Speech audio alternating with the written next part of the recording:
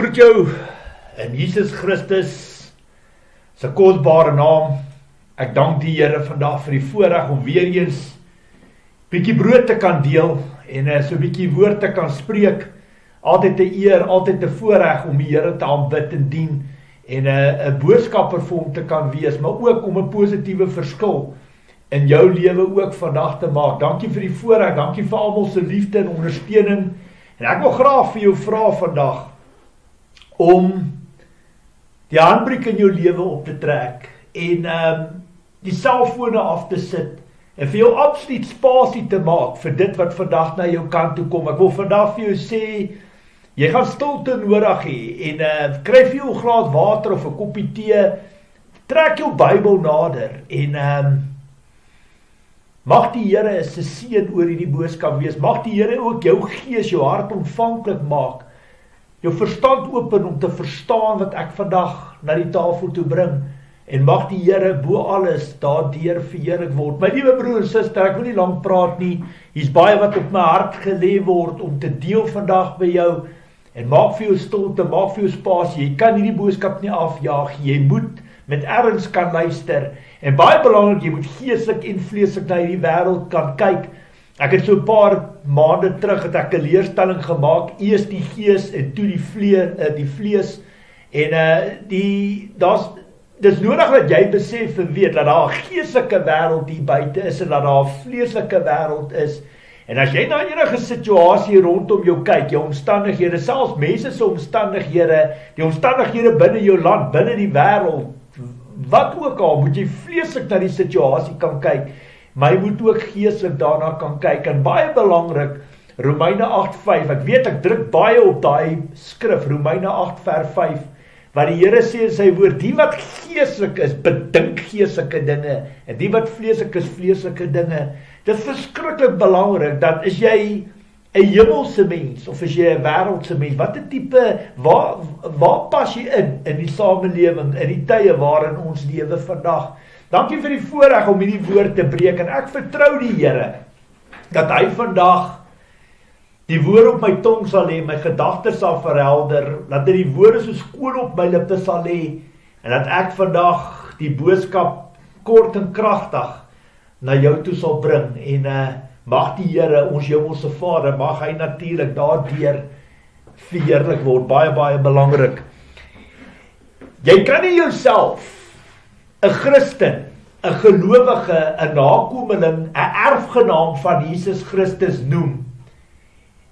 Hoe kan ek sê, jy kan nie, verstaan my punt baie mooi, jy kan jouself nie 'n gelowige, 'n nakomeling, 'n erfgenaam van Jesus Christus noem, en nie vleeslik en geestelik kan kyk na die saak of die probleem binne jou gemeenskap nie. Ons mense maak massiewe groot probleme tussen ons almal, omdat ons, baie van ons dinge in vlees kyk, en nie altyd in gees nie. Baie van ons slaap, baie is geestelik blind en doof, baie is absoluut geestelik dood hier buite, en dit is ook wat die Bybel vir ons leer, in Jakobus 2 vers 26, nou, baie belangrik, dit gaan oor, op watter vlak jy in die gees is. Drink jy melk in jou geloof, of eet jy vleis in jou geloof? En luister na hierdie fantastiese boodskap wat die Here op my hart kom lê het, en maak op jou gees, maak op jou hart, en luister, trek jy handbriek in jou lewe, luister na dit wat vandag na die tafel toe kom. Ons gaan kyk na 'n skrif wat die Here vir my kon gee, en dan gaan ons dit natuurlik oopbreek, soos die Here dit op my hart kom lê, die krag van die Heilige Gees wat in en om my lewe, en dan gaan ons natuurlik na 'n paar voorbeelde kyk in hierdie wêreld, en sodat jy kan sien, en jy kan leer hoe God my kom leer het om na die wêreld en na die omstandighede te kan kyk rondom ons. Ons lees vandag, ek lees uit die 1983 vertaling, ons lees vandag uit Markus 5, vers 1 tot 20, en dit handel oor die besetene van Gadara. Luister mooi, maak vir jou koppie koffie, luister mooi na die boodskap, na die skrif uit God se woord uit. Daarna het hulle oorkant die see in die land van die Geraseners aangekom. Net toe Jesus uit die skei klim, het daar van die grafte af 'n man met 'n onreine gees hom tegemoet gekom. Die man het tussen die grafte gebly. Niemand kon hom selfs met 'n ketting vasbind nie, want hulle het hom al dikwels met voet en handboeie vasgemaak. Maar dan ruk hy die handboeie uitmekaar en skop die voetboeie stukkend. Niemand kon hom baas raak nie. Hy was dag en nag aan die skreeu tussen die grafte en in die berge, en dan kap hy homself met klippe. Die ou klinkie baie gesond, maar kom ons gaan aan. Hy het Jesus al van ver af gesien en nader gehardloop. Hy het voor hom neergeval en hard geskreeu: "Wat het jy met my te doen, Jesus, Seun van God die Allerhoogste? Ek smeek u in Gods naam, moet my nie pynig nie." Want Jesus het vir hom gesê: "Onrein gees, gaan uit die man uit." Hy het hom toe gevra: "Wat is jou naam?" "My naam is Legio," antwoord hy hom, "want ons is baie." Die man het hom toe ernstig gesoebat om hulle nie uit die landstreek uit weg te stuur nie. Daar naby teen die berg het 'n groot trop varke geloop. Die onrein geeste het hom toe gesmeek: "Stuur ons na die varke toe, sodat ons in hulle kan invaar." Hy het hulle dit toegelaat en hulle het uitgegaan en in die varke ingevaar. Die hele trop van omtrent 2000 het op loop gesit, teen die hang af, die see in, en hulle het versuip. Hulle wagters het weggehardloop en dit in die dorp en op die plase gaan vertel. Die mense het kom kyk wat daar gebeur het.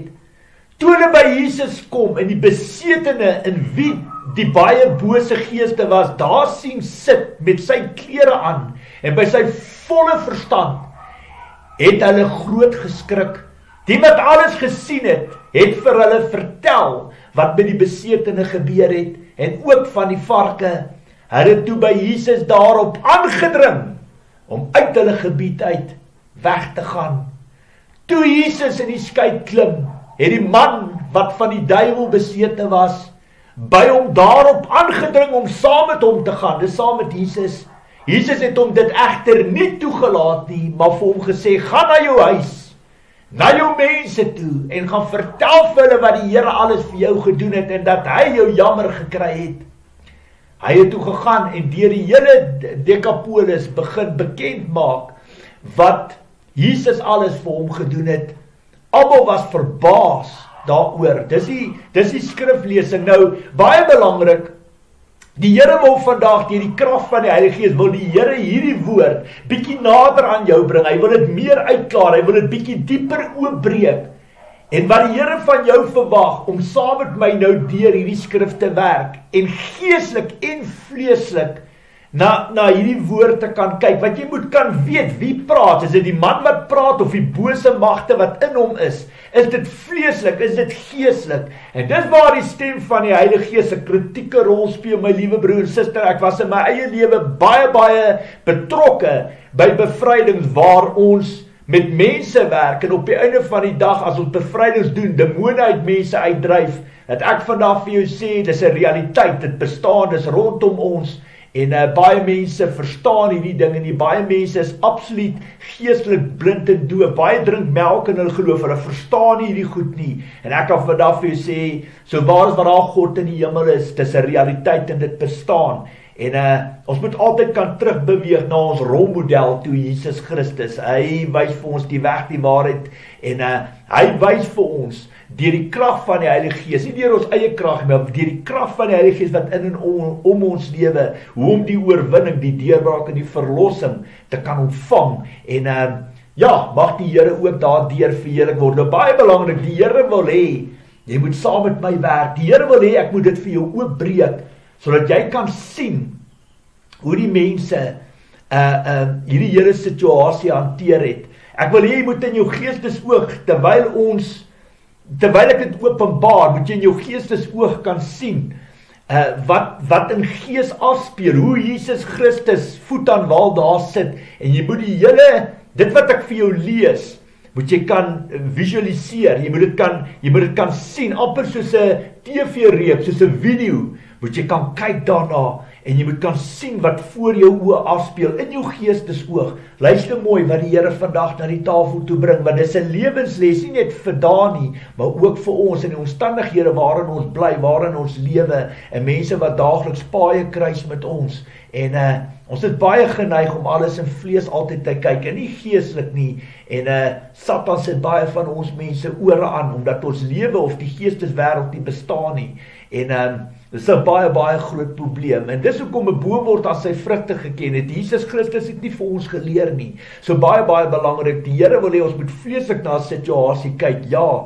maar ook geestelik deur God se oë, want 'n boom word aan sy vrugte geken. Aan sy vrugte sal jy sien, is dit 'n godvreesende kind van God, het hy 'n eerbiedige vrees, liefde en respek vir God, of is hy half bietjie in die wêreld, half mens, verstaan jy, wil sy brood aan albei kante geboter hê, of is hy net pleinweg besete, vasgevang in Satan se kettinge.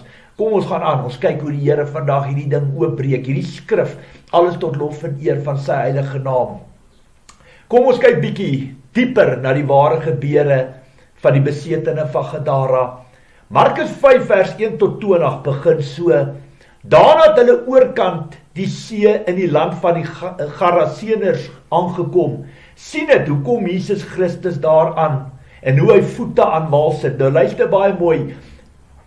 Dit wat nou voor jou gaan afspeel, is die persoon self, die besetene waarvan die Bybel verwys, die man, die skepingswerk van God, vleeslik. Alright, dit was alles voor sy bevryding. Baie belangrik, julle weet, staan op Jesus, stand op for Jesus, ek Koert Jordaan, hamer verskriklik op sondebelydenis en bevryding. En daar's 'n doel en 'n rede, want dis hoe die Here vir my ook kom leer. So baie belangrik, dit wat jy nou gaan hoor, is wat gebeur voor die bevryding. Alright, baie belangrik.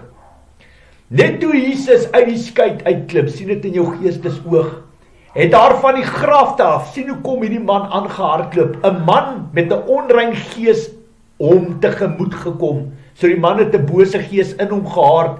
Daai onrein gees is geestelik, dis nie vleeslik nie. Jy kan dit nie sien met blote oog, realiteit nie. Die man het tussen die grafte gebly, so jy moet visualiseer wie die man is en waar hy gebly het. Verstaan jy wat sy omstandighede was? Niemand kon homself, luister mooi, dit vertel 'n bietjie van die karakter, die persoonlikheid van die man. Niemand kon hom selfs met 'n ketting vasbind nie, want hulle het hom al dikwels, dit het baie gebeur, dit het dikwels gebeur, hom al dikwels met voet en handboeie vasgemaak, maar dan ruk hy die handboeie uitmekaar en skop die voetboeie stikkend. Niemand kon hom baas raak nie. Hy was dag en nag aan die skreeu tussen die grafte en in die berge, en dan kap hy homself met klippe. Hy het Jesus al van ver af gesien en nader gehardloop. So wat baie belangrik is, jy moet hierdie persoon visualiseer, dat hulle praat daarvan, van hier kom die man aangehardloop, maar wat hulle ook vir ons sê, in gees is daar 'n onreine gees in hom. Onthou, jou liggaam, my liggaam, hierdie persoon se liggaam, Jesus se liggaam bestaan uit 'n siel, gees en vlees. En daai onreine gees is deel van die siel en geestes afdeling. Daar was 'n probleem met die ou. Dis hoekom die opskrif ook is die besetene van Gadara. So baie belangrik, baie belangrik. Jy moet besef en weet waar hierdie uitdagings vandaan kom en wat die Here van jou verwag om te kyk na die persoon met wie ons deel. So baie belangrik ook, jy sien hierdie persoon na Jesus Christus toe kom en waar hy bly, waar hy vandaan kom en die tipe karakter, die persoonlikheid wat hierdie man gehad het, en dat niemand kon hom vasbind met kettinge nie. Verstaan my punt? So hy was 'n moeilike persoon. Maar wat het die gemeenskap, wat het die dorp, wat het die stad met hierdie tipe mens gedoen? Presies wat baie van ons doen met mense wat geestelik siek is. Hulle het vir daai persoon, hulle het nie 'n saak met hom gehad nie. Hulle het hom uit die dorp, uit die stad uit gedryf. Hy moes binne die grafte gaan bly. Baie mense het hulle rug op hom gedraai. Baie mense het nie meer ge-worry oor hom nie. Baie mense het net gelewe vir hulle self. Baie mense het was nie bekommerd oor hom of sy siel of laat hy gered word nie. Baie mense was moeg vir hom. Baie mense het opgegee op hom. En ek glo, hy was 'n moeilike mens gewees, want dit word in die skrif ingebring, dat miskien was hy 'n bekleier gewees, miskien was hy 'n dronkaard gewees, miskien het hy mense aangerand, miskien het hy ouer mense aangerand, Verstaan my punt, miskien was hy met die okkultes besig, dat hy besete geraak het met die bose, maar wat ons wel kan aflei, dat hierdie nie 'n baie mooi mens was nie, en hoe hy opgetree het, wys vir ons dat die samelewing, die gemeenskap, sy landsgenote absoluut niks met hom te doen gehad het nie, en dat hy absoluut besete was in die ketting van Satan, vasgedraai, volgens Jesaja 42:7, volgens Lukas 4:18-19, volgens die skrif Jesaja 61 vers 1 en 2, hy was in geestelike gevangenskap, en Satan het hom vasgedraai gehad in sy kloue. So, toe Jesus Christus voet aan wal sit, het hierdie tipe persoon na Jesus Christus toe gekom, en dan lees ons verder, kom ons kyk hierso, nou, die geeste, dit wat ek nou vir jou gaan openbaar van die stuk wat ons nou gaan lees, is die geeste, legio, wat praat met Jesus, dis alles geestelik, God wil hê ek moet dit vir jou openbaar, sodat jy kan sien hoe daai skrif, 'n geestelike en 'n vleeslike betekenis is, sien hoe kom daai persoon na Jesus aangehardloop, en hy is nou in geestelike ketting vas, en wie praat nou deur daai persoon?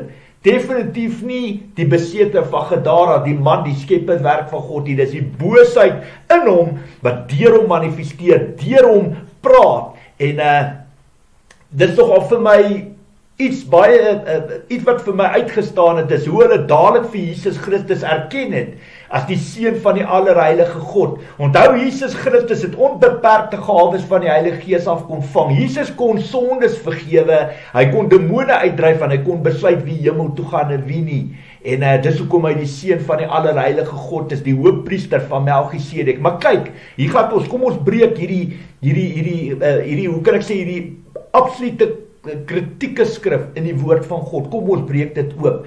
Kom ek lees vir julle, soos die Here dit aan my oopgebaar. So hier's die geeste nou, legio, wat praat met Jesus geestelik. Hy het voor hom neergeval en hard geskreeu: "Wat het u met my te doen, Jesus, seun van God die Allerhoogste? Ek smeek u, in Gods naam, moet my nie pynig nie." Want Jesus het vir hom gesê: "Onrein gees, gaan uit die man uit." Hy het hom toe gevra: "Wat is jou naam?" "My naam is Legio." Dit wat daai gees deur daai persoon vir Jesus Christus sê. "My naam is Legio," antwoord hy hom, "want ons is baie." Dis hoekom hy homself Legio genoem het. Die man het hom toe ernstig gesoebat vir Jesus, om hulle nie uit die landstreek uit te stuur nie. Daar naby, teen die berg, het 'n groot trop varke geloop.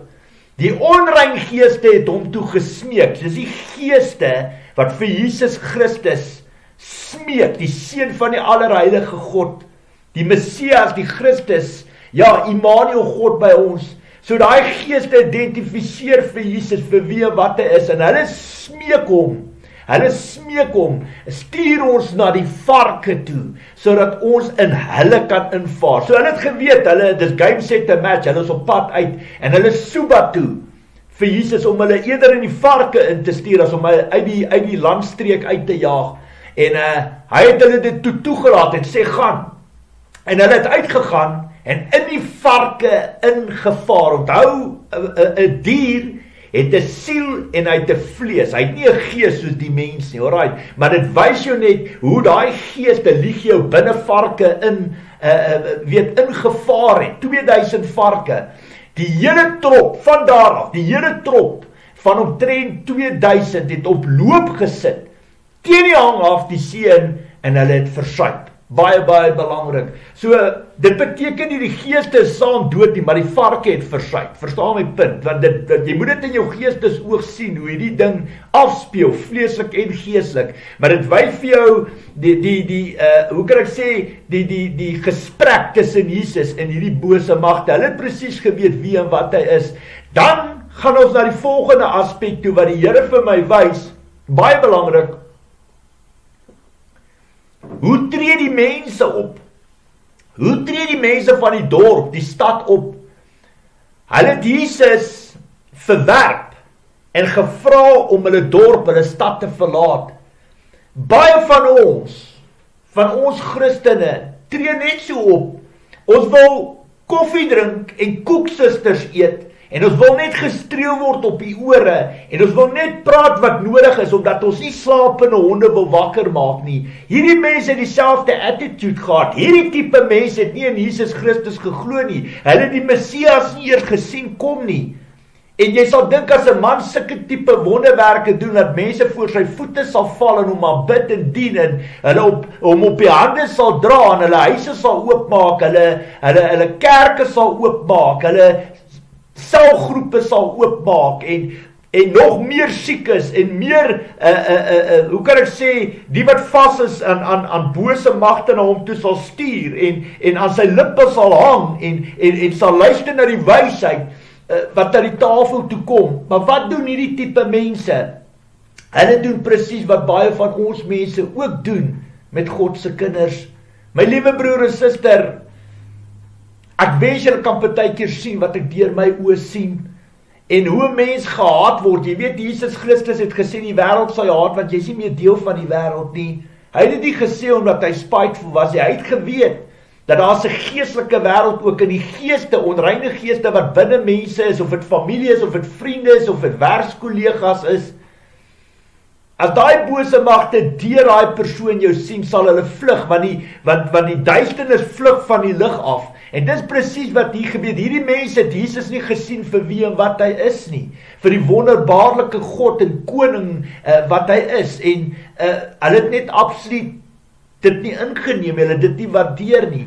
En baie van ons sogenaamde Christene is net so, gelowiges, mense wat sê ons glo in Jesus Christus, maar wat doen ons met God se kinders? Jy weet, God bemagtig ons, daar's 9 gawes van die Gees, en baie van ons gebruik God om wonderwerke te doen, en genesing te doen, en bevrydings te doen, mense verlos en vry te maak, wat ook siek is soos hierdie persoon. Maar wat doen die kerke met hierdie tipe mense? Wat doen geestelike leiers met mekaar? Ons breek mekaar af, en ons behandel mekaar met soveel disrespek, ons erken mekaar nie. Ek vandag vir jou sê, ek wens party dat julle kan sien, met hoeveel stokke word 'n mens geslaan, en met hoeveel klippe word jy weggewys en weggegooi. Behandel mense jy of jy siek in jou kop is, jy weet nie waarvan jy praat nie. En dis presies wat hier gespeel het. Luister mooi, kyk wat hier uitgespeel het. Kom ons kyk na die mense, hoe die mense opgetree, toe Jesus Christus, 'n persoon wat vervalle is, 'n persoon wat gedoem is vir die hel, 'n persoon wat deur die gemeenskap, die land verstoot is, en uitgewerp is, en uitgespoel, mense wat net geleef het vir hulself, hulle het nie 'n saak met daai ou gehad nie, maar hulle nog steeds was hulle bang, hulle was vreesaanjaend teenoor die persoon wat hulle het geweet, dis 'n baie kragtige, sterk persoon, en geen kettingsboeie kon hierdie ou vashou nie, maar het hom behandel soos 'n melaatse. Vertaai moes daar een kant, hy moes net uit hulle pad uitkom, hulle het nie 'n saak met hom gehad, hy moet net daar by die graf te bly, hy moet net uit hulle pad uitkom, en hoeveel van ons mense is net so, regtig, hoe behandel ons mekaar? Kom ons kyk wat die Bybel vir ons wys, dis wat die Here op my hart druk, om dit oop te breek, saam met jou wat vandag na my luister. Hulle wagters het weggehardloop, die wat die varke opgepas het, wat hierdie hele situasie geaanskou het. Hulle wagters het weggehardloop en dit in die dorp en op die plase gaan vertel. Kyk hoe hardloop hierdie mense met hulle kinderstories, en nou moet hulle moet nou stories vertel. Hulle is nou die koerante van daai tyd, die Beeld, die Burger, die Rapport, dis wat hulle is. Hulle moet nou daai kinderstories, dit wat hulle deur hulle oë sien gebeur, moet hulle nou openbaar. Hulle moet mense gaan vertel in die dorp, in die stede en op die plaas, kyk hier wat het hier aangegaan, en het hierdie absolute skok, en hierdie absolute, hoe kan ek sê, vreesaanjaend, jy kan jouself indink, wat het deur hulle harte gaan, toe hulle hierdie tipe dinge moes aanskou, maar dis iets wat hulle nie aangewoond is, hierdie ou kom van nêrens, hy kom sit sy voet aan wal daar by hulle, en hy maak amok in hulle dorp, in hulle stad. Die mense het kom kyk, so daar kom hulle uit, hoe baie van ons gaan kyk ook partykeer wat aangaan. Die mense het kom kyk wat daar gebeur het. Toe hulle by Jesus kom en die besetene en wie daar baie bose geeste was, daar sien sit met sy klere aan, en by sy volle verstand het hulle groot geskrik. Hulle kon nie glo wat met daai ou gebeur nie, want daai ou was van sy kop af, hy hardloop kaal daar rond. Jy kan hom nie beheer nie, en hier kom hulle uit die dorp by die stede op die plaas, en nou is hierdie ou normaal soos ek en jy, daar's niks fout met daai ou nie, en hy sit by die voete van Jesus Christus, en hy herken die koning, die Messias, die seun van die allerheilige God, Immanuel, God by ons, hy sien hom vir wie en wat hy is. Wat doen die mense met hom? Hulle skrik, hulle kan nie glo wat hulle deur hulle oë sien gebeur nie. Wat doen hulle? Jy sal nou dink hulle gaan die rooi tapuit vir hom uitrol, en die beste kos, die beste klere, hulle gaan hom ontvang, en 'n lekker braai, en 'n lekker kuier gee, en hy moet net preek vir mense, vertel, wat doen hierdie mense? Hierdie mense, jy sien, hierdie mense het nie in Jesus Christus geglo nie, en hulle was nie reg, hulle lampe was nie vol om hom te ontvang nie, hulle het hierdie dinge nie eers gesien kom nie. Maar hoor wat sê die Bybel verder. Die wat alles gesien het vir hulle vertel wat met die besetene gebeur het, en ook van die varke. Hulle het toe by Jesus daarop aangedring. My liewe broer en suster, weet jy hoeveel keer het ek het in my lewe gesien? Hulle het toe by Jesus daarop aangedring om uit hulle gebied uit weg te gaan. Weet jy hoeveel kerke, hoeveel dorpe, hoeveel stede, hoeveel huisgesinne het al die deur vir ons gewys, het ons verwerp en uitgespoeg. Al het die Here hoeveel wonderwerk, al het die Here bevrydings gedoen, al het die Here bonatuurlik kragtig ingetree, dan kom soen hulle jou vir 2-3 maande, miskien vir 'n jaar, vir 2 jaar, en dan raak hulle weg. En op 'n jaar druk hulle net sulke lang swaarde binne jou rug. My liewe broer en suster, ek kan boeke skryf van wat ek ervaar en beleef het, en hoe jy as Christen kind van God hier buite behandel word. Johannes 14:12 het die Here gesê, ons sal doen wat Jesus gedoen het en nog meer. En ek sê vandag vir jou, so waar daar God in die hemel is, dis absoluut waarheid.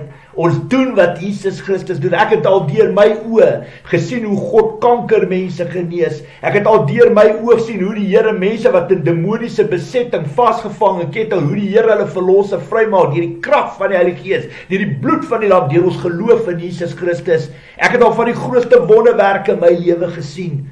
En hoe die Here die Bybel oopbreek, my liewe broer en suster, hier kyk jy na 'n transporter, ek is niks, ek is 'n mens daarin se pens net soos jy, en hoe die Here die Bybel oopbreek, stuk vir stuk, en hoe jy daai Bybel opeet, stuk vir stuk, hoe die Here Gees wat daai deure oopmaak, en die wysheid vir jou gee, om hierdie tipe produk na die tafel toe te bring.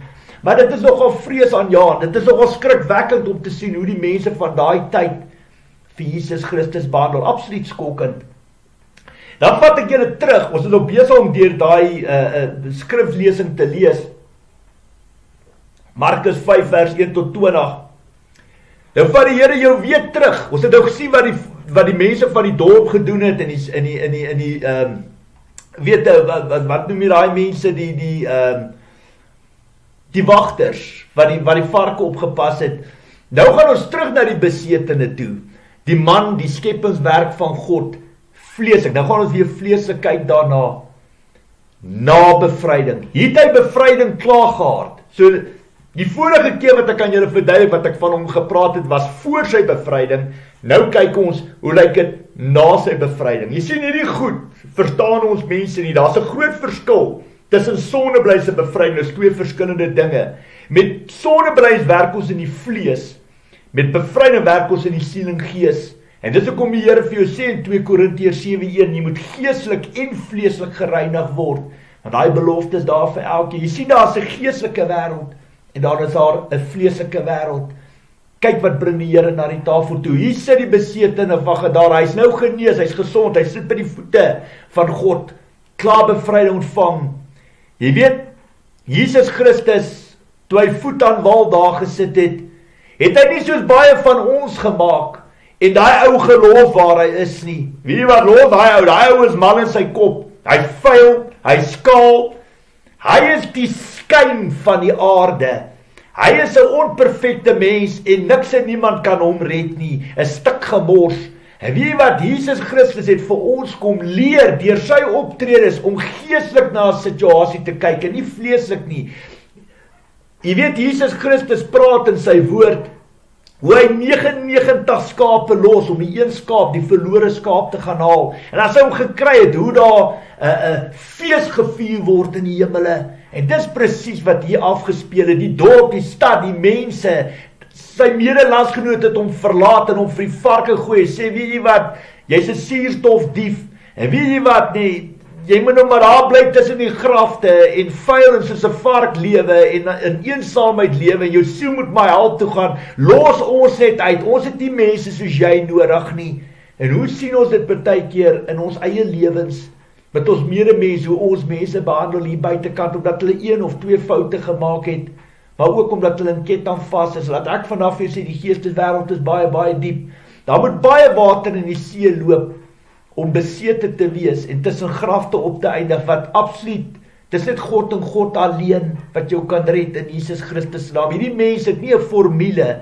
hulle het nie magic gehad, hulle het nie supernatural kragte gehad, of 'n towerstaf om hierdie ou genees en gesond te kry, dit was net Jesus Christus en Jesus Christus alleen, die Seun van God, wat hierdie ou kon genees.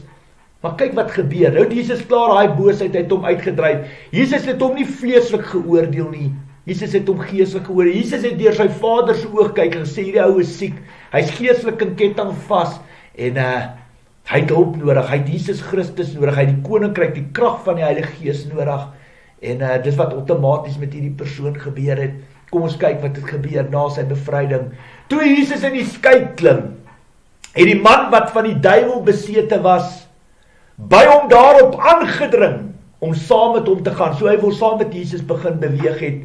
Jesus het hom dit egter nie toegelaat nie, maar vir hom gesê, gaan na jou huis, na jou mense toe, en gaan vertel vir hulle, wat die Here alles vir jou gedoen het, en dat hy jou jammer gekry het. Hy het toe gegaan, en deur die hele Dekapolis begin bekend maak, wat Jesus alles vir hom gedoen het. Almal was verbaas daaroor. Dis goed wat mense praat, wat hulle nie wil hoor nie. Verstaan my punt, mense vermy hierdie tipe goeters. Hulle wil dit nie hoor nie, hulle wil net kerk speel, en hulle wil koffie drink en koeksisters, en vir 'n uur jive en kuier in die kerk, en dan gaan ons hemel toe. Mense wil nie hierdie goed hoor nie, maar dis realiteit, my liewe broer en suster. Baie van die apostels het hierdie goed uit mense uitgedryf, en hierdie goed, met alle respek, word ons mense nie geleer nie. Dis een van die grootste redes hoekom onderskeiding van gees, een van die 9 gawes van die gees is baie belangrik. Kan jy nou verstaan hoekom Jesus vir ons die volgende lewenslesse en woorde binne die Bybel geleer het? Luister mooi, ek sê dit weer. Kan jy nou verstaan hoekom Jesus vir ons die volgende lewenslesse en woorde binne die Bybel geleer het? Daar staan geskrywe, hoor wat Jesus vir ons geleer het.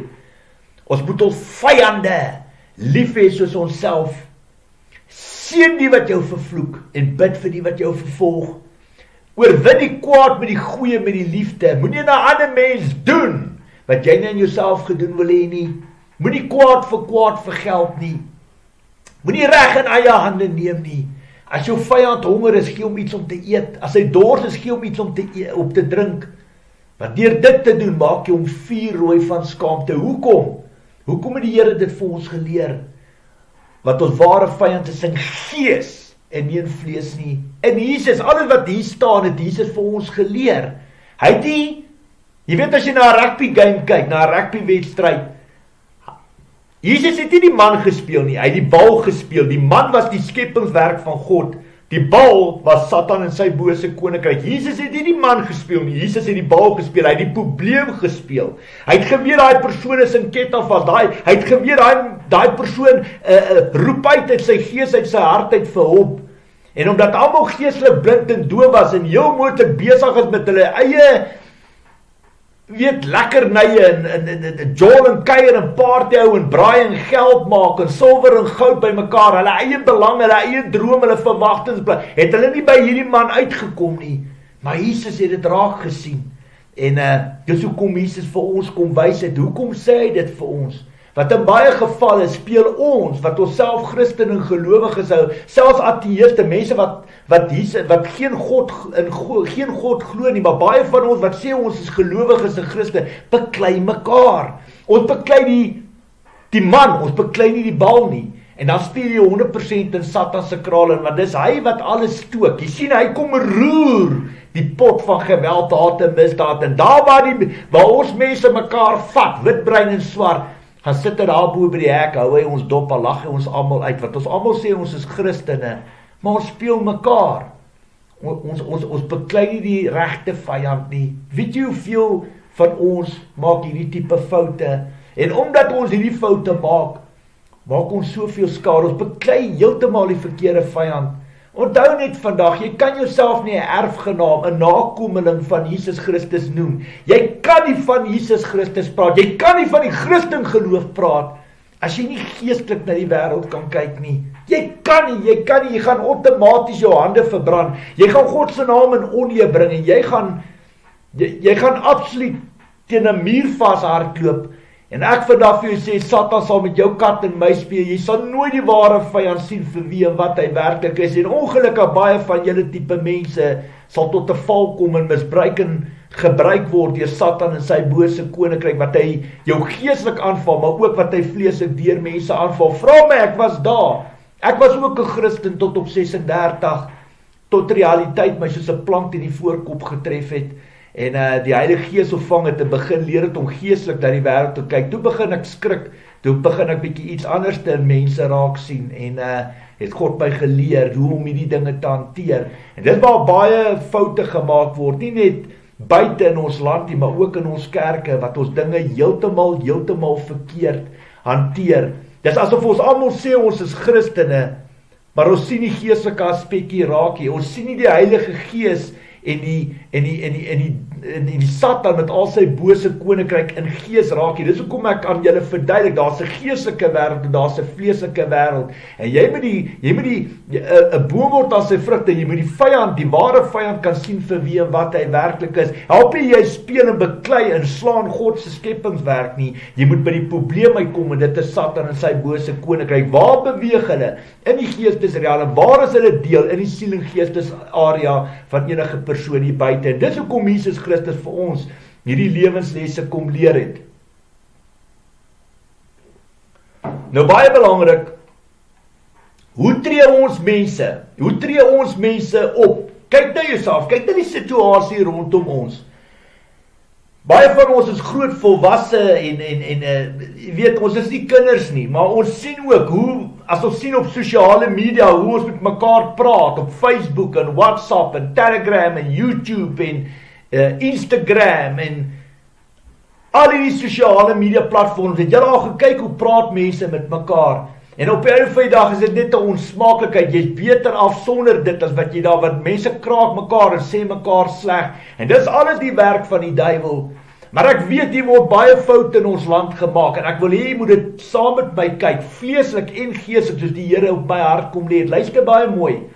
Hoe tree ons, hoe tree jy, hoe tree ek, hoe tree ons mense op teenoor moordenaars, teenoor verkragters, teenoor egbreekers, teenoor ontvoerders, teenoor diewe, teenoor aanranders, teenoor leenaars, bedrieërs, besetenis en afgodsdienaars ensovoorts? Hoe tree ons op met hierdie tipe mense? Jy weet, as iemand daar nie een doodgemaak het, dan skree hulle, hang hom, bring die doodstraf terug, hang hom. En weet jy wat, omdat jy geestelik blind en doof is, en melk drink en geloof, en skree jy se Christen, miskien met die mond, maar nie met die hart nie. Dis hoekom jy hierdie tipe goed nie verstaan nie. Want jy beklei God se skepingswerk, jy beklei nie die ware vyand wat in hom is nie. My liewe broer en suster, as iemand in jou huis kom, of op jou plaas kom, of daar in die dorpsgebied, of stadsgebied, of op die Kaapse vlaktes na jou toe kom, en hy wil jou vermoor, of hy wil jou verkrag,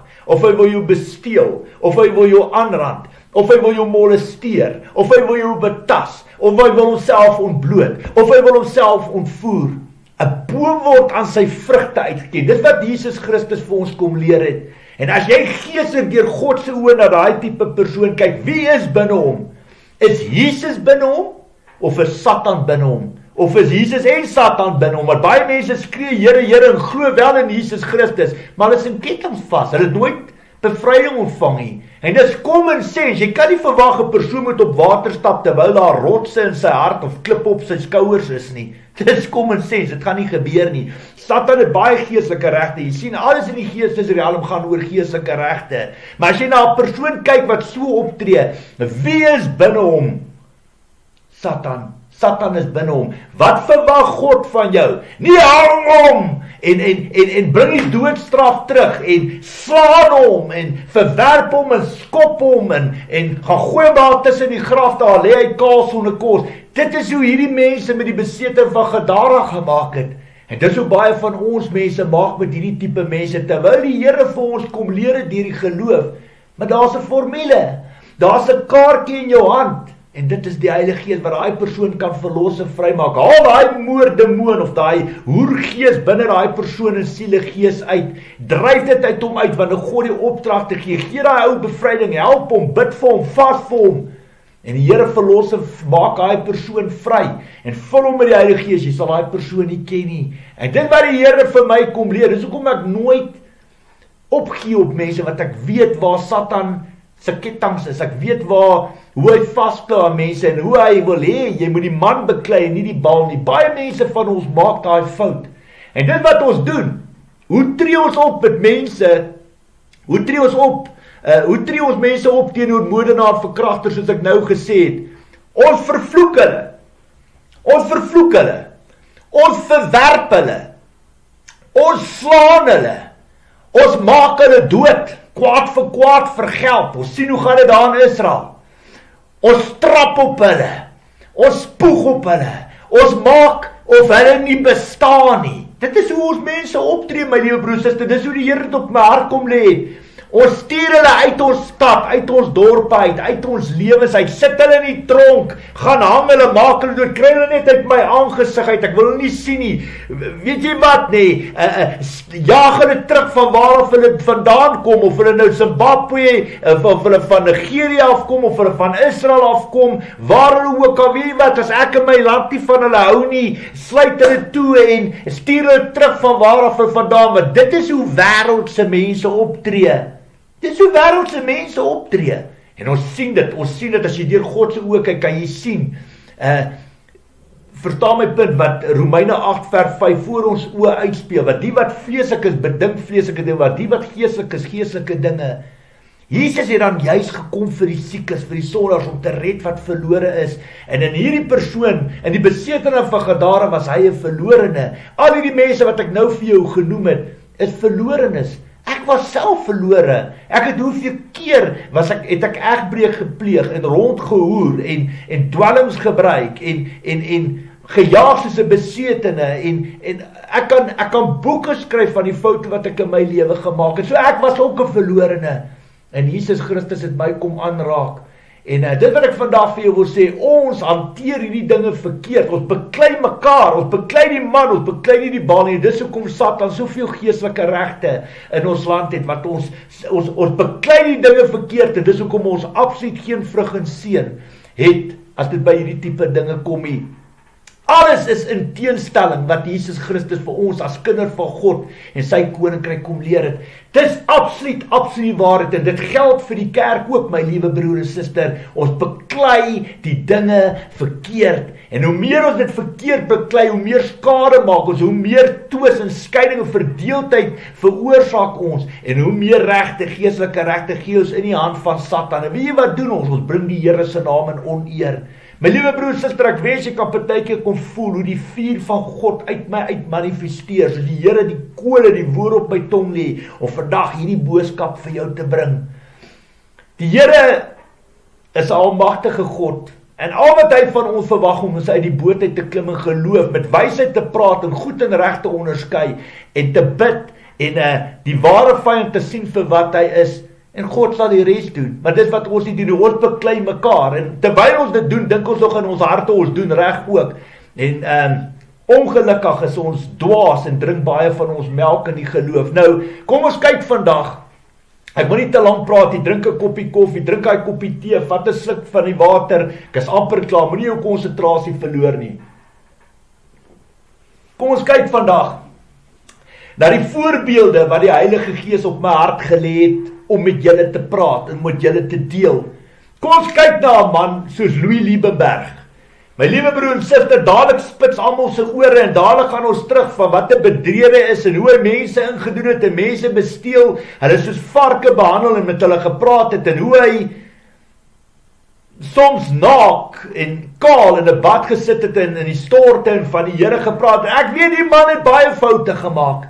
Maar kom ek vertel jou iets wat vir my uitgestaan het van hierdie ou, is dat hy Jesus Christus erken het as sy koning, verlosser en saligmaker. Ek het nie deur die slegte, ek sien altyd die positiewe in die negatiewe. En ek wil vandag vir sê, hierdie man het baie foute gemaak. En hy het miskien 'n groter visie en 'n droom gehad as wat ons ooit kon dink. Maar jy weet wat? Hy het baie foute gemaak, hy het baie skade kom maak en hy het baie mense teleurstel en ek is onpartydig, ek is nie om niemand se kant te kies nie. Maar ek wil vandag vir jou sê, dit help nie almal wys vingers na hom toe nie. Hy is nie al een wat skuldig is in dit wat afgespeel het in sy lewe nie. Baie mense wat geld by hom belê het, het geweet daar's risiko's aan verbonde. Baie mense was gierig en wou geld gejaag het. Hulle het geldgierig geword en hulle het net dollars en winste en rykdom gesien. En hulle het God nie deel gemaak van hulle besluite nie. Maak nie saak hoe dat daai ou wil offer en sleg sê en vervloek en hulle self verlekker waar hy is op die oomblik vir hom en sy vrou nie. Ek sê vandag vir jou, jy is net so skuldig. En jy kan vinger wys, maar jy vergeet dat die vinger wat na jou kant toe wys, omdat jy geldgierig was, geld gejaag het, jou moontlik ek wil nie sê ondankbaar was nie, maar honger was. Die mammon God het julle almal deur die ore kom werk en julle het julle vertroue mense gaan stel en nie in God nie. Julle het God nie deel gemaak van julle besluite nie. Sondag steek julle hande op en vertel vir almal wat 'n groot Christene julle is en julle is op pad hemel toe. Maar weet jy wat net, toe die gety draai en julle kry nie meer wat julle voorbegeer het en gehoop het en ek wil amper sê die ou aanbid het voor nie. Dus hy die grootste vark in die verhaal en vandag is hy die grootste gemors en hy is skuldig en jy is natuurlik onskuldig. En ek sê vandag vir jou, it takes two to tango. En toe jy daai geld daarin belê het, het jy geweet dis 'n kans wat jou vat. En as dit werk vir jou, kan jy 'n paar sente ekstra draai, goeie sente, maar as dit nie uitwerk nie, gaan dit absoluut in jou gesig ontplof. En dis maar die risiko van die lewe. Verstaan, die lewe is vol uitdagings. Die lewe is nie vir sissies nie. En wat vir my uitgestaan het vir daai ou, hy het baie foute gemaak. Ek het oor baie van sy optredes nie saamgestem nie.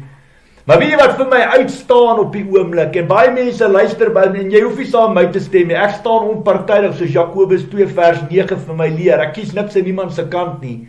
Maar ek kan vandag vir jou sê, baie mense, baie Christene, baie gelowiges, verlekker hulle op die oomblik waar hy sit. Mag hy vrot in die hel, mag hy daar sterf, mag hy kry, mag hy totaal en al verwoes en hulle verlekker hulle. Ek het hierdie week hoeveel sosiale media video's sien van mense wat hulle self verlekker in hierdie ou se val.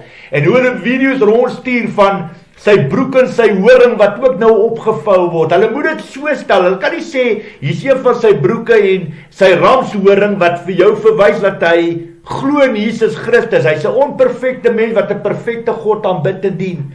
En weet jy wat kan ek vandag vir jou sê? Toe waar God in die hemel is, daai persoon, Louis Liebenberg en sy vrou het self ook nie die egte suiwer woord en evangelie van Jesus Christus ontvang nie. Daar was 'n kant aan hom wat lief is vir die Here, wat die Here aanbid. Hy was nie skaam om dit te doen nie. Maar daar was 'n ander kant wat lelik was, 'n bose kant, 'n duister kant wat hom nie 'n baie mooi mens gemaak het nie. En toe hy val, toe trek hy baie mense saam met hom af en hy het die Here eintlik die Here se naam in oneer gebring. Christendom, ons geloof het baie seer gekry deur 'n mens soos daai. Maar weet jy wat, as ek hom vandag as 'n voorbeeld kan vat en hy is die besetene van Gadara, dink ek baie van julle het opgetree soos die mense van die dorp, die stad opgetree toe Jesus Christus daar aankom. En hulle het eerder gevra dat voetsek, beweeg uit my dorp en stad, ons soek jou nie hier nie, want ons is nie gewoond aan die gemors nie.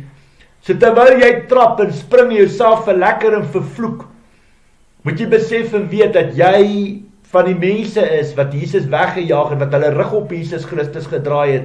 En eintlik maar half ondankbaar was, nie bly was toe hulle sien die man is genees, wat tussen die grafte, die besete van Gadara wat daar gebeur, hulle dit nie waardeer nie, hulle was ondankbaar. En dis hoekom, jy weet wat, dit is wat ons Christene baie gevaarlik maak, baie van ons is meer godsdienstig as wat ons Christelik is, wat ons, as jy sê jy is 'n Christen, moet jy die Heilige Gees kan deel maak van jou optredes, en jy moet die Bybel kan uitleef, want jy is 'n direkte verteenwoordiger van God se koninkryk, en daar waar jy jouself verlekker in 'n ander ou se val, en jy vervloek hom, en mag hy vrot in die hel, en sit daar, en kry vir jou stuk gemors, weet jy wat, Jesus Christus sal nooit oor sy pa, sy skepperswerke gepraat het, soos jy praat is, omdat jy geestelik blind en doof, geestelik dood is, en jy beklei die man, jy beklei nie die baan nie, nou Satan lag jou uit, en hoe meer jy daai ou sleg sê vervloek, hoe meer geestelike regte gee jy vir Satan, om daai man absoluut te verpletter. Jy weet, Jesus Christus vir ons sê, los die 99 en gaan haal daai skaap, gaan haal hom terug, en ek sal daai een skaap gaan haal, as God vir my opdrag gee, as ek môre is by daai man, en ek sal hom bystaan en help. Ja, hy moet die roete volg van ons land se wetgewing en die reëls van ons land, hy moes gedink het aan daai tipe dinge, toe hy mense begin indoen het en besteel het, en mag geregtigheid, mag regverdigheid geskied, mag die Here se perfekte wil in hierdie aangeleentheid geskied, maar om jouself te verlekker as 'n broek, of die man se horing oorbly, weet dit is so vermakerige snaaks, almal moet lag en hulle self verlekker, en ek wil vandag vir jou sê, het jy al in jou hele lewe, het jy al gevoel hoe voel het om alles te verloor? Het jy al gevoel hoe voel het as jou kinders moet kyk hoe hulle jou kar kom haal, hoe hulle die huis onder jou voete uithaal, hoe jy alles in jou lewe wat jy voorgewerk het verloor het, en my liewe broer en suster, jy het nie idee hoe dit voel nie. En kom ek vertel jou iets, mag die Here daai man vergewe hom Here, wat hy weet nie wat hy doen nie, vergewe hom al sy sondes, al sy ongeregtighede, en as dit U wil is, red sy siel. Hy het groot foute gemaak, hy staan nie onskuldig nie, maar ek wil vandag vir jou sê, jy staan meer skuldig as wat hy staan, op die manier hoe jy praat en optree, hoe jy jouself verlekker in daai persoon se val, en ek het ek 'n skriffie vir jou wat na my luister, jy wat jouself verlekker, en vervloek, en video's daarvan maak, dat ek vandag vir jou sê, as jy sê jy is 'n kind van God, moet jy kan praat, skryf, hoor en optree soos Jesus Christus het sou gedoen het. Hy is jou rolmodel. Lees 1 Johannes 2 vers 4 tot 6. Jy sal jou antwoord in die Bybel kry. Hoor wat gee die Here vandag vir my, wat handel oor die vyande, wat die Here wil hê ek moet met jou deel, wat vandag na my luister. As ons kyk na 'n man soos Louis Liebenberg, wat baie skade gemaak het, hoor wat sê die Here vandag vir jou, wat na my luister. Spreuke 24 vers 17 en 18 gee die Here vir jou. Moet jou nie verheug oor jou vyand se val nie. Moenie juig wanneer hy ondergaan nie. Die Here sal sien wat jy doen, en dit sal verkeerd wees in sy oë, en hy sal jou vyand nie verder straf nie. Dis jou skrif vandag, Spreuke 24 vers 17 en 18. Die Bybel leer vir ons, leer vir my, Jakobus 2:9, om onpartydig te wees, maar as jy partydig is, as jy kan kies, doen julle sonde en word deur die wet as oortreders bestraf.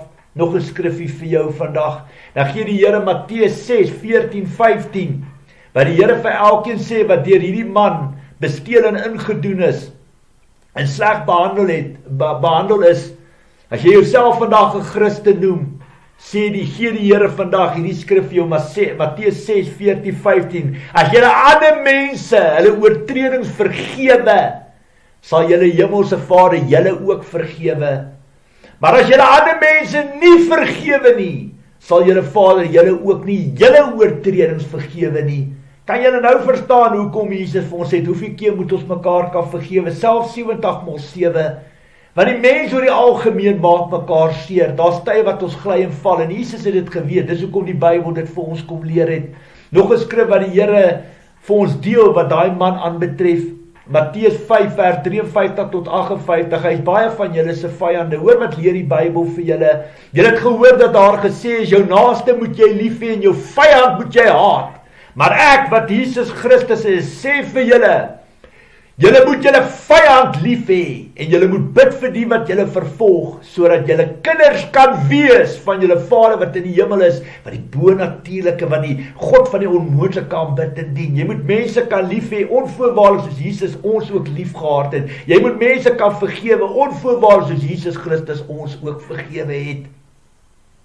Hy laat immers sy son opkom oor slegtes en goeies en hy laat reën oor die wat reg doen en oor die wat verkeerd doen. As julle net die lief het, wat vir julle lief het, watter loon kan julle dan nog verwag? Wat 'n loon? Want jy het net lief vir die wat jou lief het of vir wie jy wil lief wees.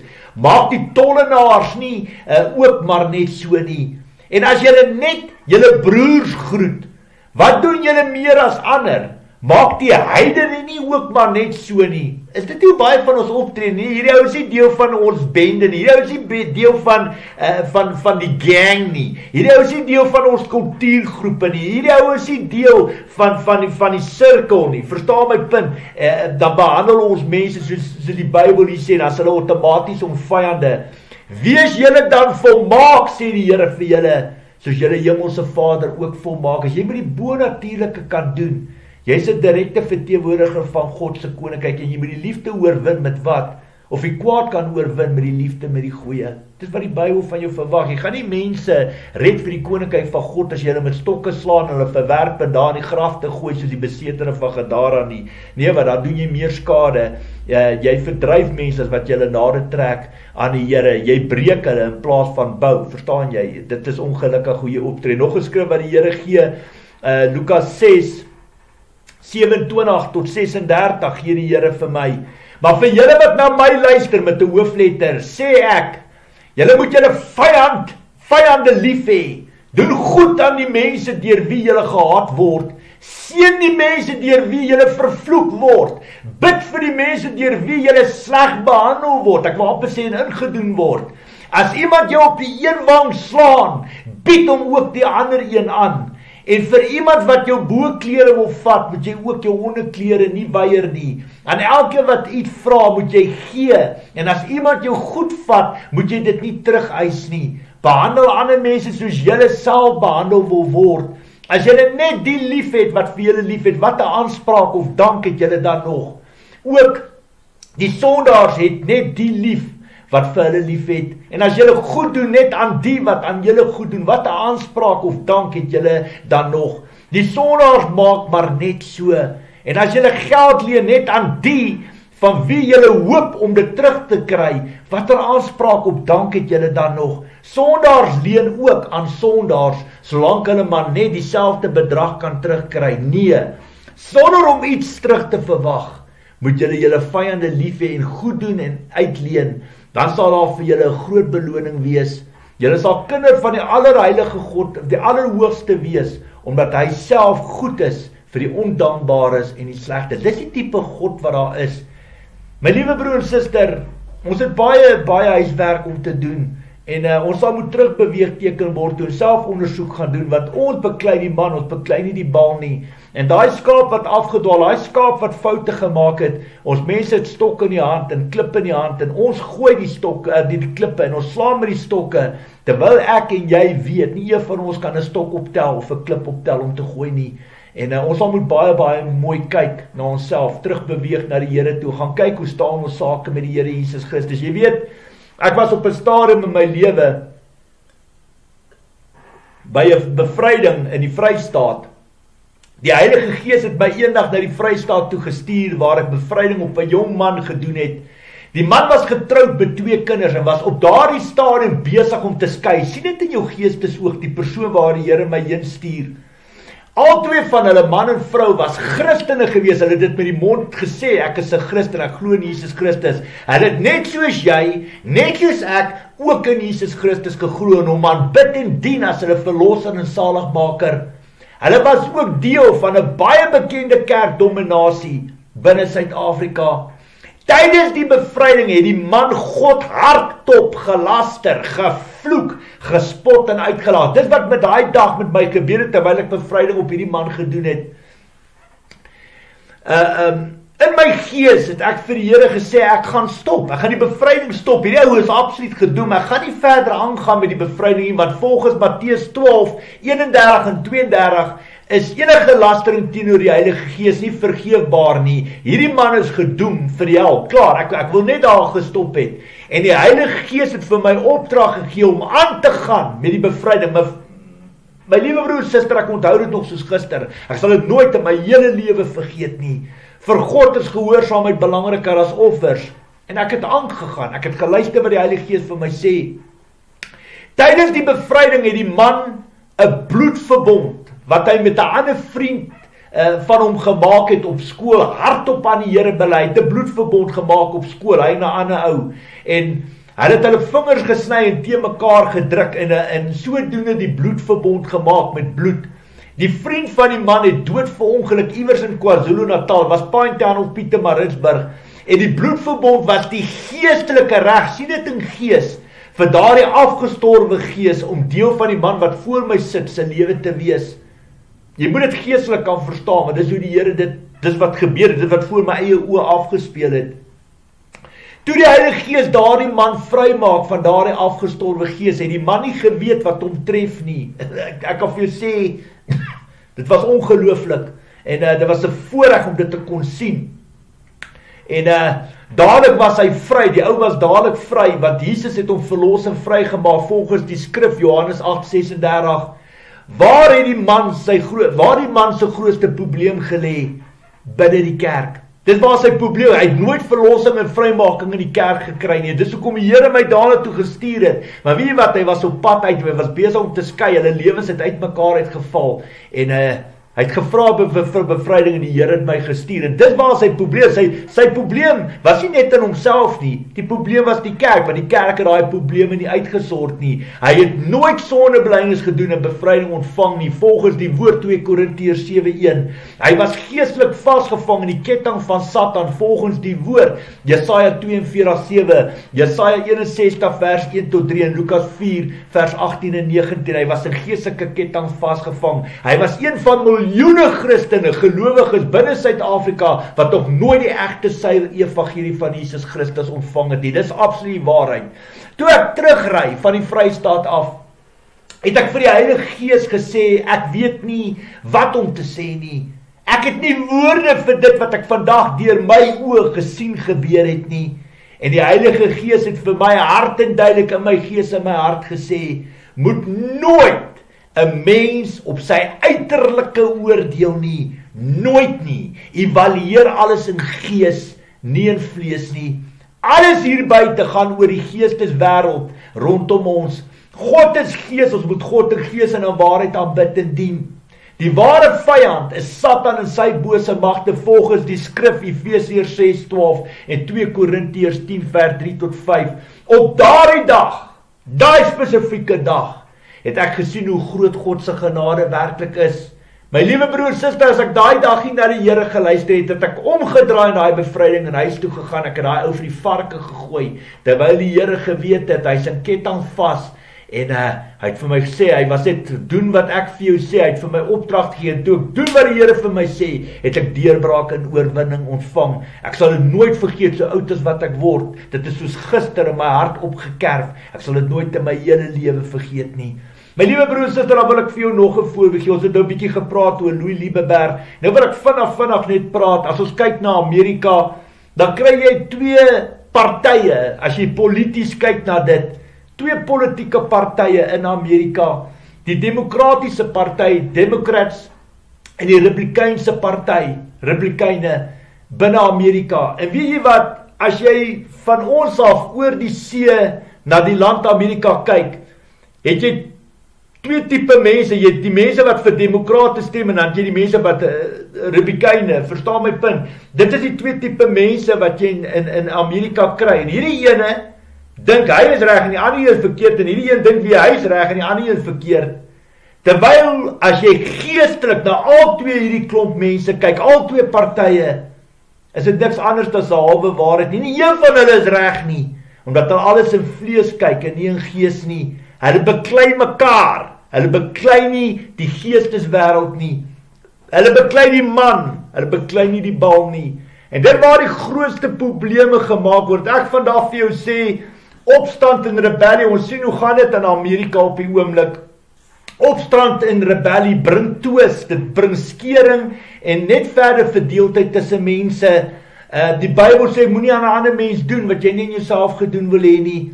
En omdat baie mense in ketting vas is, soos die besetene van Gadara, het baie van die Republikeinse aanhangers en teenwoordigers en stemmers en al daai mense besluit, ons vat vir julle soos die besetene van Gadara en ons gooi julle by die grafte, julle moet daar bly, julle maak ons land siek, julle maak ons samelewing siek, julle maak ons siek en ons het julle nie nodig in ons lewens, ons gee nie om vir julle nie, julle laat ons plek de mekaar like, julle gee Amerika 'n slegte naam, ons is goed en julle is sleg, ons wil julle nie by ons hê nie, so grafte toe met jou, verstaan my punt? Is dit nie hoe baie van ons mense ook optree nie? En as jy weer kyk na die demokrate, dink hulle, Janie, hierdie mense is heilig, en hulle oordeel, en hulle gebruik hulle geloof, hulle gebruik hulle Bybel, om mense met stokke en klippe te slaan, maar dit is wat die Republikeinse ondersteuners verkeerd doen, hulle speel die man, hulle speel nie die bal nie, verstaan my punt, en weet jy wie verantwoordelik vir al die twis en skering in Amerika? Satan. Hy en sy hele bose koninkryk geniet hulle in Amerika, en daai mense is te geestelik blind en doof, om die ware vyand agter alles te sien, en baie van hulle, maak nie saak van watter kant af, dit hang van watter rigting jy praat, watter skoen jou pas, of jy demokraat is, en of jy Republikein is, jy is reg en hulle is verkeerd, en die ander kant is hulle weer reg en jy is verkeerd, en so beklei die mens, so beklei God se skepingswerke mekaar, en Satan sit daar bo die hek en hy lag hulle almal uit en hy is besig om hulle almal een vir een op te lyn vir 'n massiewe groot val. Hulle sien dit nie kom nie.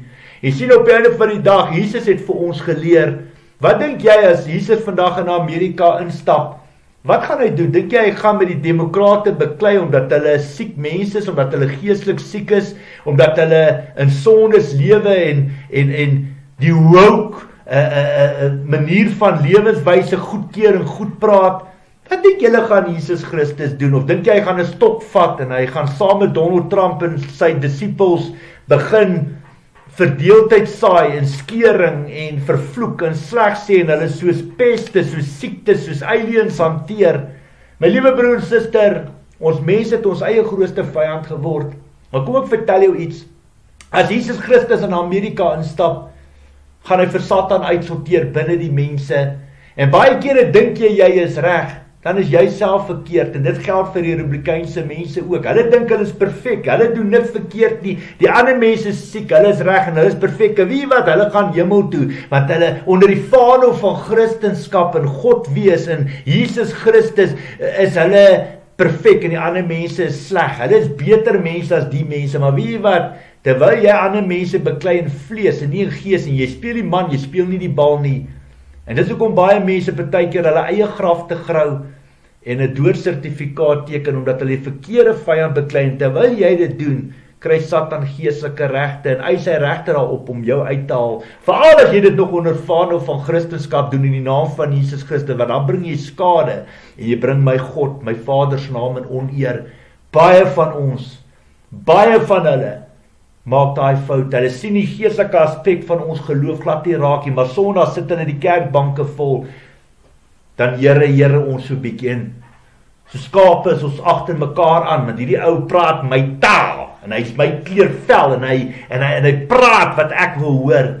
Maar niemand toets dit met die stem van die Heilige Gees. Dat ek vir jou sê, as jy jouself 'n Christen noem, is jou vyand Satan in sy bose koninkryk. Nie wit, bruin of swart nie. Ja, boom word as sy vrugte geken. En dat ek vandag vir jou sê, ondervinding en ervaring wat ek het, jy kry goeie wit mense, kry slegte wit mense, jy kry goeie bruin mense, kry slegte bruin mense, jy kry goeie swart mense, dan kry jy slegte swart mense. Jy kry goeie Amerikaners, dan kry jy slegte Amerikaners. Jy kry goeie Jode, dan kry jy slegte Jode. En so geld dit vir elke ander land, elke ander kultuur. Verstaan my punt? Nie almal wat bruin is sleg, nie almal wat in Indië bly is sleg, nie almal wat in Egipte bly is sleg nie. Jesus het bekeerlinge uit elke volk, elke nasie het Jesus Christus bekeerlinge vir hom bymekaar gemaak. Dit gaan oor wat in die hart aangaan. En dis hoekom Jesus gesê het in Matteus 12:46 tot 50, wie is Jesus se moeder, wie is sy broer, wie is sy susters? Almal wat die wil van God doen. En dis hoekom 'n boom word aan sy vrugte uitgeken. Verstaan my punt? Dit is maar ongelukkig, dis hoe jy daarna kyk. Donald Trump, as hy nie hou van wat hy sien nie, dan skiet ons sommer die mense dood. Verstaan my punt? Hy is mense met bote daar van Venezuela, wat is die plekke, en as hy sien daar kom 'n bote goed, dan besluit hy nie, ek pleeg sommer moord. En ek vat reg in eie hande, want ek het die mag in die hand. En hy is eintlik maar niks anders as sy eie God nie, maar stadig maar seker gaan hierdie ou sy klere alles aan almal openbaar, en almal wat sy voete lek en voor hom kniel om hom aanbid en dien, as die splinte nuwe God, die Messias van die wêreld met sy disippels, dit gaan julle tref soos 'n plank teen die voorkop, gaan julle die realiteit ongelukkig op die harde manier sien kom, en ek vandag vir sê, hy is nie net sleg nie, maar hy's 'n baie gevaarlike mens, maar net tyd sal leer. So baie belangrik, dis die tweede voorbeeld wat ek met julle deel. Dan kyk ons 'n bietjie na die hele situasie rondom Israel en Palestynë en Hamas.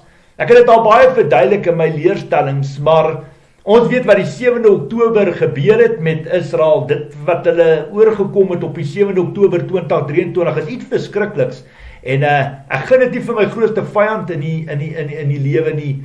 Maar wat daar moes gebeur het, hulle moes net daar stil geraak het, en hulle moes God gevra het, hoekom het dit gebeur? Dit wat hulle moes gedoen, maar hulle kon dit nie doen nie, want jy sien, baie van hulle glo nie in Jesus Christus as die Messias, die Christus, die Seun van God nie, en baie van hulle het nie die Heilige Gees ontvang nie, en hulle erken nie Jesus Christus, en outomaties is hulle absoluut gedoem. So hulle is nog onder die ou verbond, waar hulle oog vir 'n oog en 'n tand vir 'n tand, en dis hoekom jy die uitresultaat gesien het van hoe hulle geretaliate het. Verstaan my punt, daar was 1000 mense of 1200 mense doodgemaak, baie was ontvoer, maar in teenstelling van retaliations trek ons, ek dink op 69.000 ander mense wat dood is, en terwyl hulle Hamas die hele wêreld vol jaag, is daar kinders en vrouens en onskuldige mense wat se bloed roep van die grond af, wat onskuldige mense vermoor en doodgemaak word. Hulle jaag Hamas, dit is hulle probleem.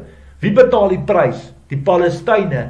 Ek bedoel, met alle respek, daai hele plek is flenters geskiet. Vanaand klim jy in 'n bed en jy het jou huis en jy kan TV kyk.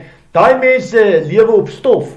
En daar's nie krag nie, daar's nie toilette nie, daar's nie hospitale, daar's nie skole nie, daar's nie kos nie, daar's niks. En hier kom die winter ook vir hulle. En jy weet wat, wie vat verantwoordelikheid vir hierdie tipe dinge? En dis ook vir julle van die begin af sê, nêrens kan jy die karaktereienskappe van Jesus Christus in hulle doen en late sien nie. Beide kante, nêrens kan jy die vrug van die Heilige Gees in hulle doen en late sien nie. En presies soos die besetene van Gadara het hulle mekaar beklei. Die mens beklei homself. En Satan, as jy die gordyne ooptrek, sit Satan in sy bose koninkryk agter alles. En daar's net een wenner, en alles wat julle sien afspeel daarso by Israel en Jerusalem en die Gaza-strook in die Midde-Ooste. Daar's net een wenner, en dit is Satan en sy bose koninkryk, wat onskuldige mense, baie onskuldige mense se bloed roep van die grond af na die Here. En Jesus het juist vir ons geleer hoe met ons vyande te deel, soos ek nou vir julle geleer het. En dis hoekom, met alle respek, hoe meer mense jy doodmaak in vlees, hoe meer geestelike deure maak jy oop vir jou eie land se val en sy mense in gees. Dis al wat Satan doen. Elke mens wat jy doodskiet en vermoor, klaar Satan jou daarbo, en hy kry al meer en meer geestelike regte. En dis hoekom die hele wêreld later vir Israel haat. Jy kan verstaan waar die profesie ook heen beweeg, want Jesus het dit gesien kom. Jesus het geweet hulle sal later lewe of God in die Bybel nie bestaan nie, of hy nie bestaan nie. Want as jy doen wat Jesus Christus gesê het, as jy doen wat Jesus Christus vir ons geleer het om te doen, dat jy presies opgetree soos hy opgetree het by die besetene van Gadara toe hy voet aan wal daar gesit het. Hy sou dit geestelik kan gaan hanteer het en nie vleeslik nie. Dat ek vandag vir jy sê, jy gaan geen mens vir die koninkryk van God red as jy hulle doodskiet en hulle families verwoes en uitmekaar trek, hulle geboue en alles flenter skiet nie. Dis ook ek vandag vir julle sê, dis niks anders as 'n klomp moordenaars nie. En ek staan onpartydig in hierdie saak, en ek weet, Ek sal nooit in my hele lewe teen Israel staan nie, maar as hulle verkeerd doen en slegte keuses en besluite maak, sal ek eerder net terug staan en vir hulle eerder bid en vir God pleit vir genade, want ek kan nie dit goedkeur en goed praat op die manier hoe hulle hierdie dinge gehanteer het nie. Hulle moes op hulle knieë sak, en hulle moes die Heilige Gees gevra het, hoekom het dit gebeur, want Johannes 3:27 sê die woord, dat niemand sal iets op aarde kan doen, as dit nie uit die hemel uit aan hom gegee is nie. Goed en sleg, God is in beheer van alles. Selfs Satan ook, dit geld vir hom en sy hele sirkus ook. Niemand sal iets op aarde kan doen, as dit nie uit die hemel uit aan hom gegee is. En dit wat hulle moes gedoen het, maar hulle het nie, omdat baie van hulle nie glo in Jesus Christus, baie van hulle die Heilige Gees nie ontvang nie, en dis hoekom hulle eie grootste vyande geword het. Op die einde van die dag is dit wêreldse mense wat mekaar uitroei en onder die ou verbond, oog vir 'n oog en 'n tand vir 'n tand. En as jy dag en nag families en vrouens en kinders en alles uit mekaar uitskiet, kan jy verstaan wat 'n opstand en rebellie en haat en bitterheid jy in die harte van mense kweek. En gee wonder op die einde van die dag as jy so onpopulêr nie. Op die einde van die dag Israel het tot vir Jesus Christus ook gekruisig, omdat hulle almal geestelik blind en doof is. En vandag is baie van hulle nog steeds geestelik blind en doof. Maar ja, daai wiel draai.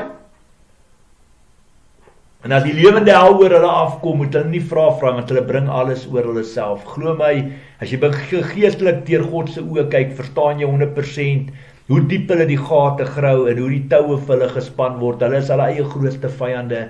Maar die oordeelstraf en vergelding kom die Here toe. Kom ons gaan verder aan. Moenie te lank, ek is amper klaar, my liewe broer en suster. As ons kyk na die homoseksualiteit binne ons kerk hier in Suid-Afrika, jy weet, met alle respek, NG Kerk, een van die langlewende dominasies binne Suid-Afrika, daai tyd 'n blik wurms gaan oopmaak. En geen ander Christelike kind van God in dominasie kerk deel gemaak van hulle besluit of wat hulle besluit het om die pad wat hulle gevat het nie. En hulle het 'n groot blik wurms kom oopmaak en op die einde van die dag het hulle God se naam in oneer gebring omdat hulle alles in vlees kyk en nie in gees nie. My liewe broer en suster, vandag hoor jy hoe word 2 gay mans en 2 gay meisiekinders getroud. Jy hoor tot van predikante wat gay is, dan praat hulle en tree op in die naam van die Here. Ek glo nie hulle besef waarmee hulle dobbel nie. Ek glo nie hulle besef die toorn van God wat oor hulle lewens gaan kom. Jy kan nie, God is heilig, ons moet heilig lewe en alles gaan oor gees. En dat ek vandag vir sê, die kerk se deure kan nooit toe wees vir enige sondaar nie. Maar dit is 'n hospitaal, 'n geestelike hospitaal waar ek en jy heen gaan om genesing gesond te maak. En dis nie jy as mens wat dit gaan genees. Jy kan ook nie die sonde goed praat en goed keer nie. Dit is God en God alleen, deur die krag van die Heilige Gees, deur die bloed van die Lam, deur ons geloof in Jesus Christus, wat 'n persoon geestelik kan verlos en vrymaak en genees en gesond maak en verlossing bring. Presies soos met die besetene van Gadara. As Jesus vandag voet aan wal in jou kerk sit, gaan hy nie die persoon beklei nie. Hy gaan die gees in die persoon beklei, en dit is wat julle mis. En terwyl julle hierdie skade gemaak het, het julle ons geloof totaal en al uit mekaar uit kom ruk. En ons het gesien wat 'n blik wurms die NG Kerk oopmaak, en deur dit alles in God se naam in oneer gebring het. Die Bybel is doodgepreek, doodgepraat, ons geloof is totaal en al afgewater. Die Christendom het sy krag verloor. En dis hoe dit lyk as die mense in beheer is en nie God in beheer is nie. Ons wil elke Sondag skree Here, Here, maar die geestelike aspek is nêrens in ons lewens werksaam nie. En ons luister na onsself, na ander mense, na Satan, ons luister nie na God nie. Dis hoekom ons hierdie dinge verkeerd hanteer. Elke siel is vir God belangrik, maar moenie die man speel nie, speel die bal. En dis waar die probleme lê. Daar's 'n geestelike deur van sondes in daai persoon se lewe, of deur homself of sy bloedlyne kom. En dis waar al hierdie probleme lê. En dis presies, die kerk het dit heeltemal verkeerd gehanteer. En deur dit te doen, deur ander dominasies nie te respekteer en deel te maak van daai besluite, voor hulle daai blik wurms oopmaak, het hulle verskriklik skade kom maak. En deur dit alles het hulle stok en soveel goddelose en bose mense se hande gegee in klippe, om die kerk aan te val, om die kerk te verdeel, en om ons geloof af te water, en in God se naam in oneer te bring. En ja, dis is op die einde van die dag iets wat hulle aan die hand gaan byt, definitief. Maar dis hoe dit lyk as mense daar voor staan wat nie deur God gestuur en geroep is nie, veral by die hoë die mense daar in die hoë kringe, wat veronderstel is om so naby aan die Here te lewe, soos 'n Moses, of 'n Elia, of 'n Johannes die Doper, of 'n Paulus, of 'n Petrus, maar as hulle hierdie tipe goeie goedkeur en goed praat, en dit toelaat in hulle kerk, is hulle eie grootste vyand. En as ek geestelik na jou kyk, meneer, mevrou, is daar groot geestelike deur in jou lewe, jy's geestelik siek, en jy kort selfbevryding, jy staan in 'n posisie, en die kans is 95% dat God jou nie eers gestuur het om daai opdrag uit te voer nie. Maar ja, dit is ongelukkig, is hierdie tipe mense wat soveel skade maak in ons kerk en ons geloof, en die geestelike aspek van ons geloof glad nie verstaan nie. Vir hulle gaan alles net oor genade, en hulle mis 'n hele klomp baie ander skrifte. Jy kan nie vir God met sonde behaag, God haat sonde, jy sal God nooit in jou hele lewe met sonde behaag nie. So, my liewe broer en suster, so kan ek aangaan, en so kan ek praat oor baie ander sake, as ons kan aangaan, en baie ander manne, soos Julius Malema, Jacob Zuma, Cyril Ramaphosa, ensovoorts. Ek kan baie praat van mense, maar ek kyk hulle in gees, ek kyk hulle nie in vlees, en ek weet 100% waar die probleme lê. Ons sogenaamde Christene, gelowiges, kerke, beklei die verkeerde vyand tussen ons. Ons beklei mekaar. Dit is hoekom daar geen vrug en seën oor ons land en sy mense is nie. Dis absoluut die waarheid. Die Satan hou lekker partytjie tussen ons. Die Satan speel lekker kat en muis met almal van ons. Dit gaan nie ophou, my liewe broer en suster. Hoor, skryf in die Koert Jordaan sê dit. Dit gaan nie ophou. Nie voordat ons begin met wysheid praat en optree nie. Ons mense onder wit, bruin en swart sal met 'n krag moet terug bekeer en terugdraai na die Here toe. Ons sal ons Bybel van vooraf moet begin lees en ons geestelik versadig moet maak aan die woord van die Here. Dit wat moet gebeur. Ons sal moet eet van die Bybel, ons sal weer moet onsself geestelik voed. Daar staan geskryf in die woord van God, 'n mens lewe nie net van brood alleen nie, maar van elke woord wat uit die mond van God kom. Jy sien, as jy brood eet en hamburgers en chips en koekies en alles, voed jy die vlees. Maar as jy die Bybel lees, voed jy die gees. En dit is hoekom die Here hierdie skrif vir jou gegee het. Dis hoe jy jou gees voed, deur in die Bybel te wees en die woord te lees en jouself te voed, tot jy lekker versadig is. Verstaan jy, God kyk wat in jou hart aangaan. Die keuse is in ons, en jou, in my hande. God gaan dit nie vir ons doen nie. Tyd vir terugdraai na die Here toe. Dis, die tyd is nou, nie môre nie. Nie later nie, nou dadelik. Môre is miskien te laat. Ons land is in baie groot moeilikheid. Ons mense is geestelik siek hier buite. Net God en God alleen kan Suid-Afrika help. Net God en God alleen kan ons mense, ons gesinne, ons families, ons kinders red. Niemand anders te nie. Die keuse is joune. Die keuse is myne, die keuse is ons sinne. Wat my en my huis aanbetref, ek sal die Here dien, ons sal die Here dien. Baie belangrik. Ek sluit af, luister na my, ek sluit af. Luister na hierdie kragtige gebed, wat God op my hart kom lê het. Dit is vir my, dit is vir jou, dit is vir elke Christenkind van God, wat vandag opnuut besef, hoe nodig hy of sy die Here het. Dit is daar vir elke onperfekte mens, wat 'n perfekte God aanbid en dien. Die woord sê bekeer, erken, bely en distansieer van alle sondes in jou lewe en bewys jou bekering met dade wat by jou bekering pas. Gaan dan uit, sê die woord, en sondig nie weer nie. Geloof gaan gepaard met dade en dade gaan gepaard met geloof. Wie op die akker van die sondige natuur saai, sal die dood en die verderf oes. Maar wie op die akker van die gees sal genade ontvang en die koninkryk van God oes. Jesus het juist die vloek aan die kruis geword, sodat ons elke seën en belofte van God kan ontvang, sodat ons 'n lewe in oorvloed kan hê. Wie die naam van die Here aanroep, sê die Bybel, sal gered word.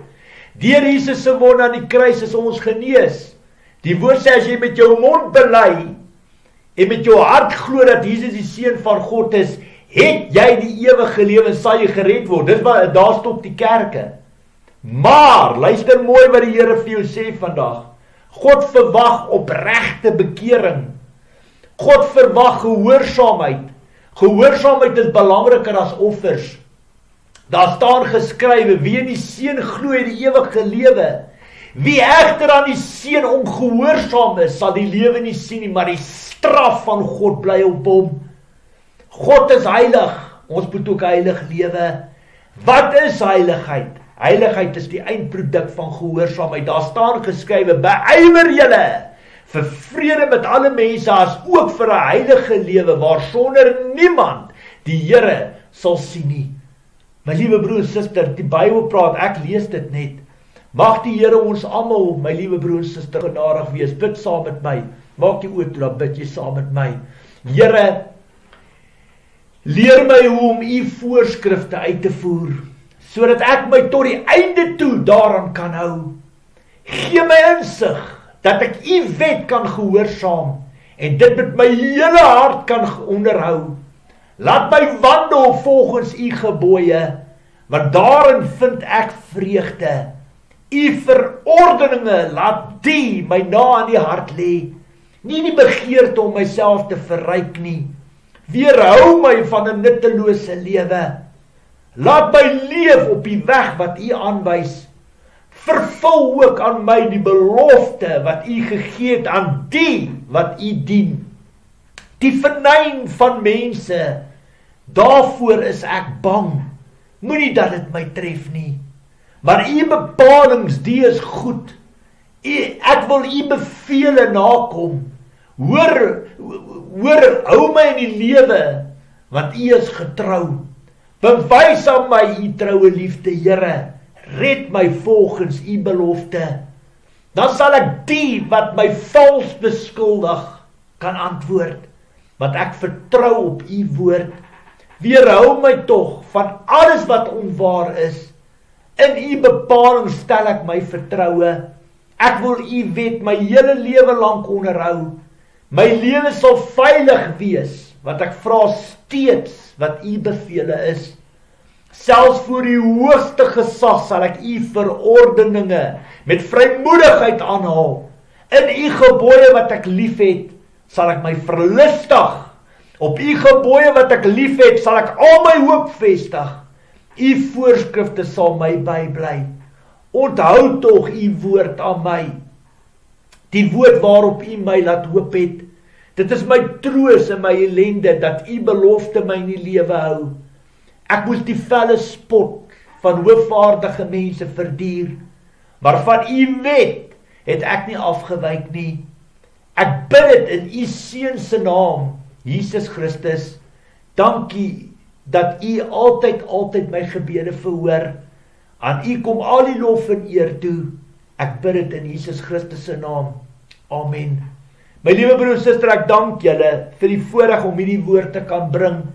En mag die Here dit wat so pas in jou hart geval het, mag die Here dit behoed, bewaar en beskerm. Mag die Here kunsmis in water gooi, mag die Here dit behoed, bewaar en beskerm.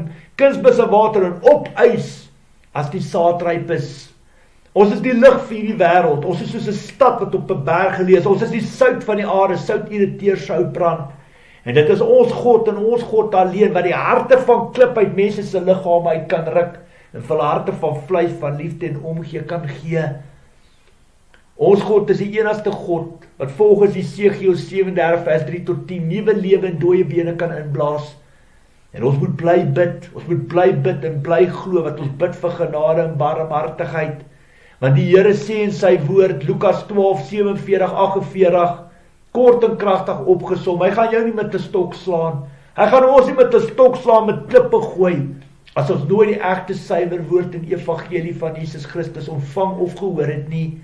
Ons God het die mag om enige persoon, net soos Paulus in die boek Handelinge, binne sekondes te verander tot voordeel van sy koninkryk.